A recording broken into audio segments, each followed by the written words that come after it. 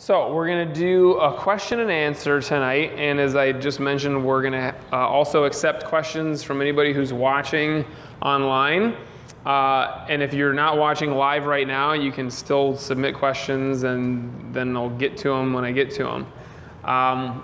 So the first question that I want to start off with is the question of the week in the dojo, which is, what is the story that you're telling yourself about who you are or about your life? And I think this is a marvelous question, and I've talked really in depth about the idea of the stories that we tell each other in the past. I'll do a very quick version of this. But human beings tell stories. It's what we do. It's what we're great at. And we're also great at living in stories. Your experience of life is not really reality, usually. The experience of life is through story. It's the story that you're telling yourself about what's happening or about what has happened. And we have stories about ourselves, about our own lives and who we are. And it's an important distinction to recognize, because there is what happened, there's like the actual facts, and if there's a fly on the wall looking at the actions that are going on or the conversations, it sees that, what happened. But then there's us, and we take the things that happened and we get in our heads and we're like, well, she took a tone of voice with me and she made that face that I just know it means that she's thinking this about that, and we turn it all into lots of other stuff, and it gets really dramatic and exciting that way, doesn't it? Isn't life so interesting when we tell ourselves stories? So I'll just tell a story that I was telling myself for years. When I was in middle school, I got made fun of. And when you're in middle school, when you're a kid, you don't really see that other kids are getting made fun of. You think you're the only one. You think, why me? I can't believe that the world is so cruel. And I really had this story, and I had it for years, that I was a victim of the rest of the world, and that kids were making fun of me because A, there was something wrong with me, and B, because they were just terrible people. And I was really in my head about this. I was always in this story of I'm not good enough. Other kids don't like me. Even adults don't like me, because I had this story until more recently than I like to admit. And that what happened, the simple idea of this kid said XYZ to me, and that was the end of what happened, turned into all of this drama and story that I took with me. I took it with me into relationships. I took it with me into even martial arts practice. And it was a story that didn't serve me so well. And then I came to this realization, wait a minute, that's all living in my head. That's a story of what that meant when that kid said that thing. That's an invention of mine. And then I realized, wait a minute, the story that I tell myself, I could actually tell myself a story that's empowering to me.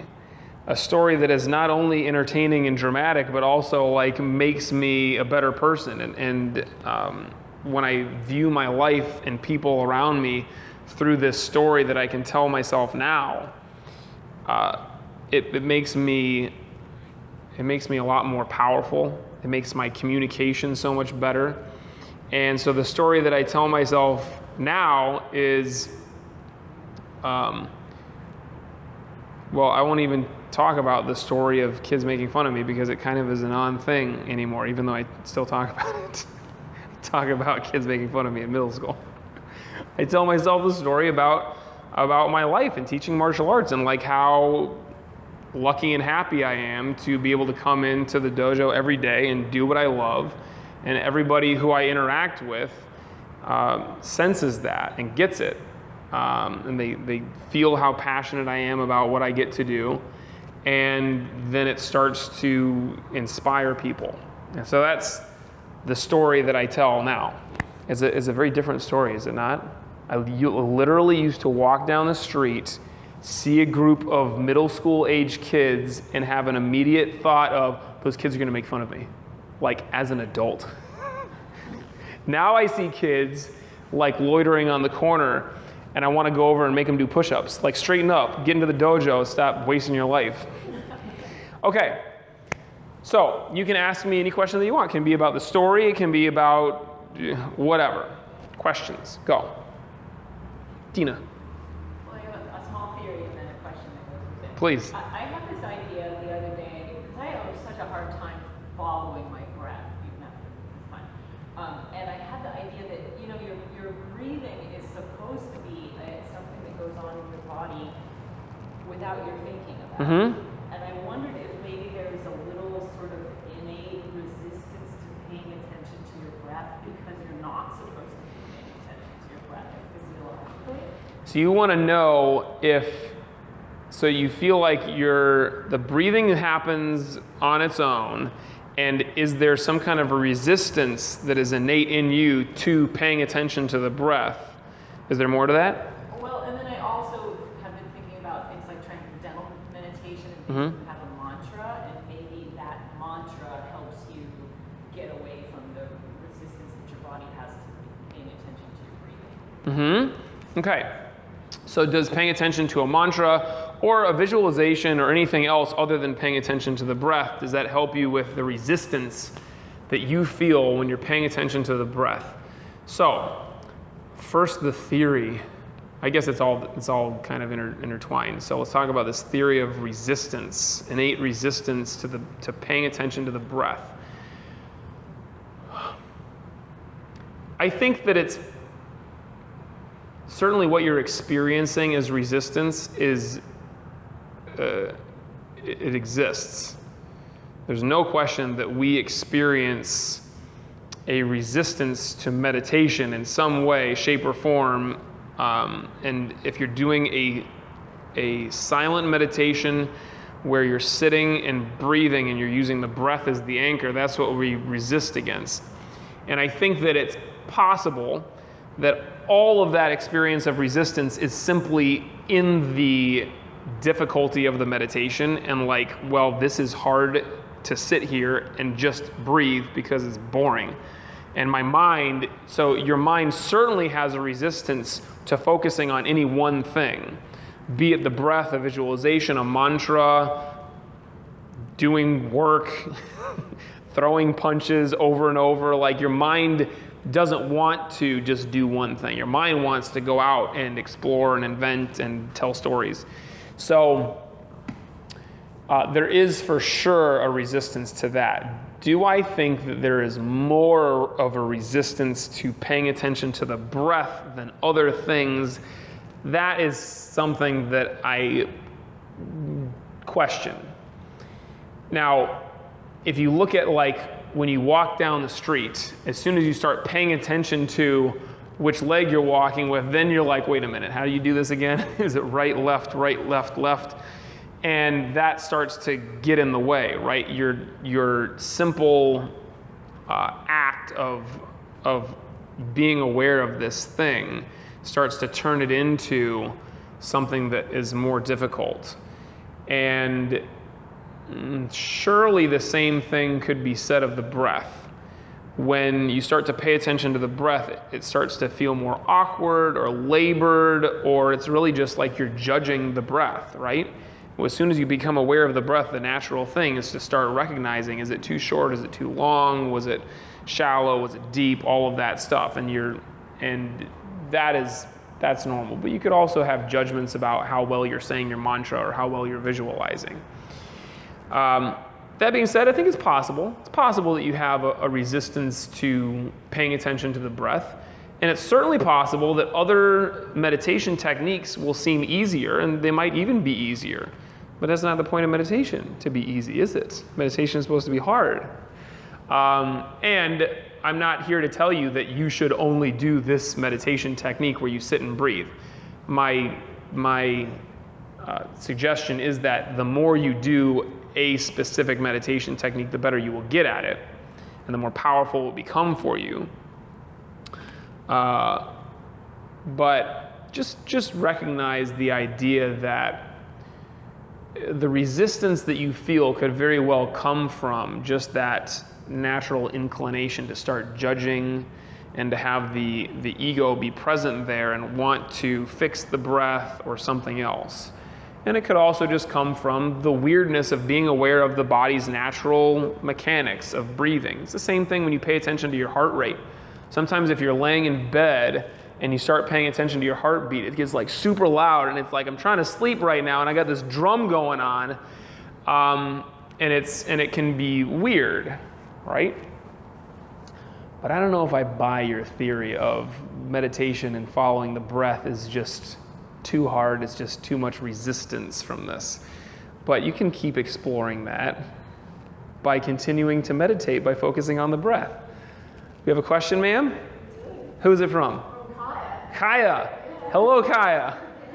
She says, I'm curious about being present in the moment when the present moment isn't very pleasant. Oh. It's easy to be present when things are good, but how do you stay present when things don't feel as good? So, I don't know if I buy that either, Kaya. The question of how do you stay present when the moment isn't pleasant? She's been writing a lot of poetry, hasn't she? This is what happens when you better be getting to class over there on the East Coast, Kaya. Don't spend all of your time writing poetry to me. So the present moment, I feel like can be pretty easy to get present to when it's not pleasant. But it's not pleasant to be present to that moment when it's unpleasant. But think about it, like when you're sparring and you land a strike on somebody, that's nice, right? Doesn't that feel great when you punch somebody in the head? And then and you're very present to that, you're like, wow, I just punched somebody in the head. But then you go into, oh, I'm really good at sparring, aren't I? This is pretty, I'm really making lots of improvement. I hope Sifu saw that. But then you get punched in the head, and that's very unpleasant. But are you not very present in that moment when you get punched in the head? And it could be inspiring. It could be any time. I mean, life is constantly punching us in the head. And so I think what happens is really the difference between a pleasant moment and an unpleasant moment is the story that we're telling ourselves about it, just to continue going back to the theme of the first question. And as soon as you start getting into the story, you're no longer present to this moment. So if you are in a moment of unpleasantness, you may choose, I don't want to be here right now. You could literally just physically leave, or you could mentally go somewhere else, or you could decide to use it as an opportunity to come back to the present moment, where it's actually very difficult to be continually upset, angry, sad, whatever, when you're in the present. Because the thing that you're going to be being upset about is what happened back then. So the present moment is this long. And what persists is whatever you're telling yourself about it. So I think it's easy to be present when it's unpleasant.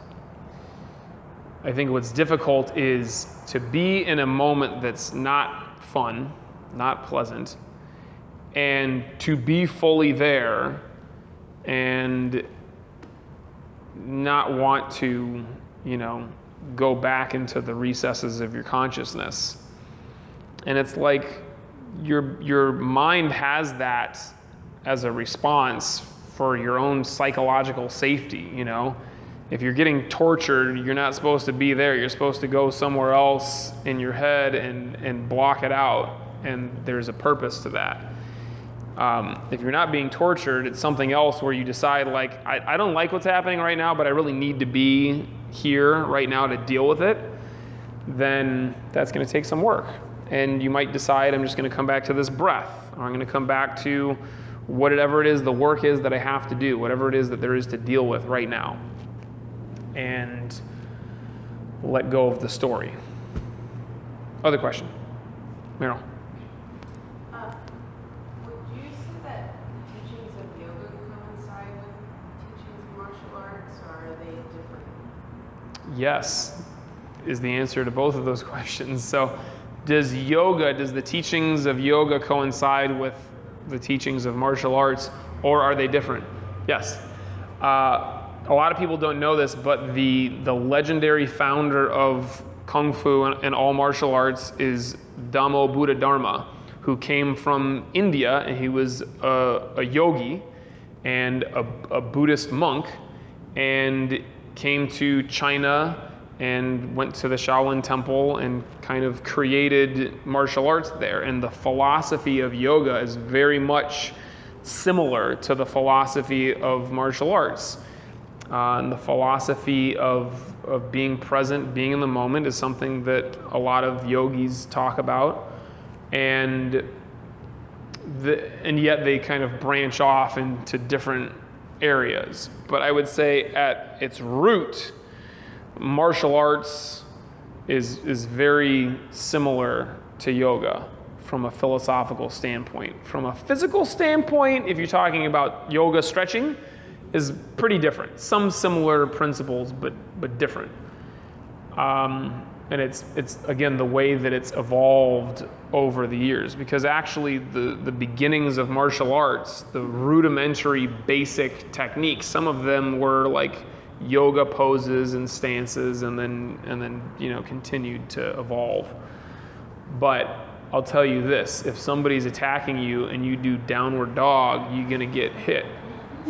Just to bring it back to talking about dogs and self-defense. Other question. Leah. So I asked you this question this morning about situations that push your buttons that you know will make you go ballistic. I had such a situation this morning when a car blocked my driveway when I was headed to Tai Chi. And so too late, I went ballistic. So how do we be present and not react that way? I got it. So Leah came in this morning to Tai Chi in like a little bit of a huff. I could sense it. You're like somebody, I mean, you weren't nearly as bad, I'm sure, as you were yelling at the plumber. But you woke up this morning and the day was going just fine. The sun was out. Breakfast tasted good. You go to leave for Tai Chi. I gotta leave right now, I'm gonna be late. There's a car blocking my car in the driveway. It's the ultimate sin, is it not? And you said, this pushed your buttons. And aren't there things that we know are gonna push our buttons? And don't sometimes we even put ourselves in the situations where we're gonna get our buttons pushed because we love the drama of that? But your question about how do we stop ourselves from going ballistic? Because I gotta get to Tai Chi. Don't you see? Like I gotta go right now. What's wrong with you? And then I love it because people come into Tai Chi like consistently, like several times a week. I see somebody come into Tai Chi and they're flipping out because they're late. And this is very much against the philosophy of our practice, right? You want to be present, and be on time to class. And if you're 5 minutes late, you're 5 minutes late. And there's no point in being pissed off walking into class late. It's the same as being pissed off walking into class on time or early. And you were actually like 15 minutes early this morning, if you don't remember. But I got it, because when somebody parks behind your car, it's like it just sends you off. For me, it's when somebody's walking behind me and they accidentally step on my sandal. And I several times have come like close to knocking somebody out, and then I go, oh, that's right, I'm working on this. So you've heard me talk about this analogy before. You have a boulder on top of a hill, and it's gonna roll down, and this is you, right? This is your going ballistic. The boulder is gonna roll down the hill. You cannot sidestep the boulder. So where on the hill do you want to be to stop the boulder? Do you want to be down at the bottom, somewhere up in the middle, or do you want to be right up top with your hand on the boulder? right up the top with your hand on the boulder. The earlier you can assess the situation and get a handle on the anger, the better. So you can turn going ballistic into an opportunity to take a few deep diaphragmatic breaths and stroll right into Tai Chi like this is the best day that's ever existed. Or you can get caught somewhere down the middle of the hill and really got kind of pretty bruised up by that boulder, and you walk in like, this is okay, I mean, I'm here, I made it to Tai Chi, all right, I'm gonna survive this. Or you can be down at the bottom and it's like maybe you don't even make it to class because that boulder just crushed you. You're mangled, you're flat as a pancake because you went ballistic full on, and you're like, you just slashed the tires of the guy behind you, and that's why he didn't make it to class, because he couldn't move his car. I'm assuming where you were was somewhere between those two extremes. But the putting your hand on the boulder is like, as soon as you recognize the thought, you can take it in another direction. What happens is we don't recognize the thought. We recognize the physiological response that we have to the emotion, which is a response to the thought. And so by the time we actually recognize this, it's too late. And you might be able to, make you turn and come back, but really at that point, it's like, haven't we already kind of lost and gone further than we wanted to? So, you're gonna love my answer to your question, Leah. You have to meditate and practice Tai Chi. Because the more that you're going within and recognizing, the first thing that you'll notice with your practice is you'll start to recognize when your breath starts to pick up and get shallow. That's the physiological response. And then what you can get if you go deeper and more consistent with your meditation and your practice is to then earlier recognize the emotion that you're feeling, to recognize like, I'm starting to not feel pleasant about this moment. And then earlier than that, you can recognize the thought that you have, which is you see the car parked out there and your initial thought is, there's a car parked out there, that's fine. Nothing wrong with that thought. But then the next thought becomes, I'm gonna be late to Tai Chi.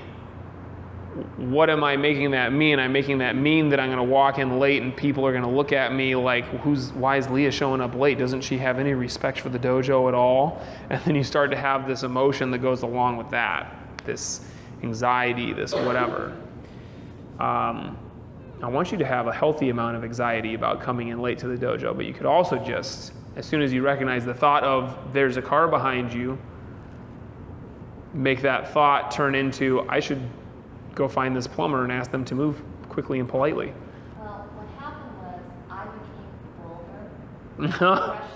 You crushed the plumber. You were the boulder on the hill and you crushed the plumber. It's a waste of energy, though. It is a waste of energy, is it not? Yeah. Did it make the plumber move his car any earlier? Yes, because he was fumbling and I told him to shut up and move your car. So it's like, and that's not me, but... I know it's not you because you're practicing Tai Chi and meditation, so you're not a boulder. I suggest to you that it's possible to have somebody move their car without crushing them first. It's possible. So that's what we're going to practice tonight. And look, but isn't it so that you can have actually the same result? Maybe you would have had him move his car in the same amount of time, but instead of being the way that you were, you could have been happy and friendly about it. And in your experience and the plumber's experience would have been very different, with the same result of him moving the car, but instead of him like being angry and you being angry with the whole situation, it's like everybody's happy about it. And sometimes being angry works. But if it's out of control and you become the boulder, that's not what we want. We want you to be able to control the boulder and at any point stop it. So we're going to meditate. And let's pay attention tonight to the stories that keep coming up in our heads when we meditate, because that is what's going to distract us from the breath. It's not the sensation of the itch or the ache or the car driving by that you hear or the smell, whatever. It's the thoughts that you have that turn into stories, and then it runs away from you. So recognize this story, and tonight you can even finish the story if you need to, and then set it aside and come back to the moment, which is the breath.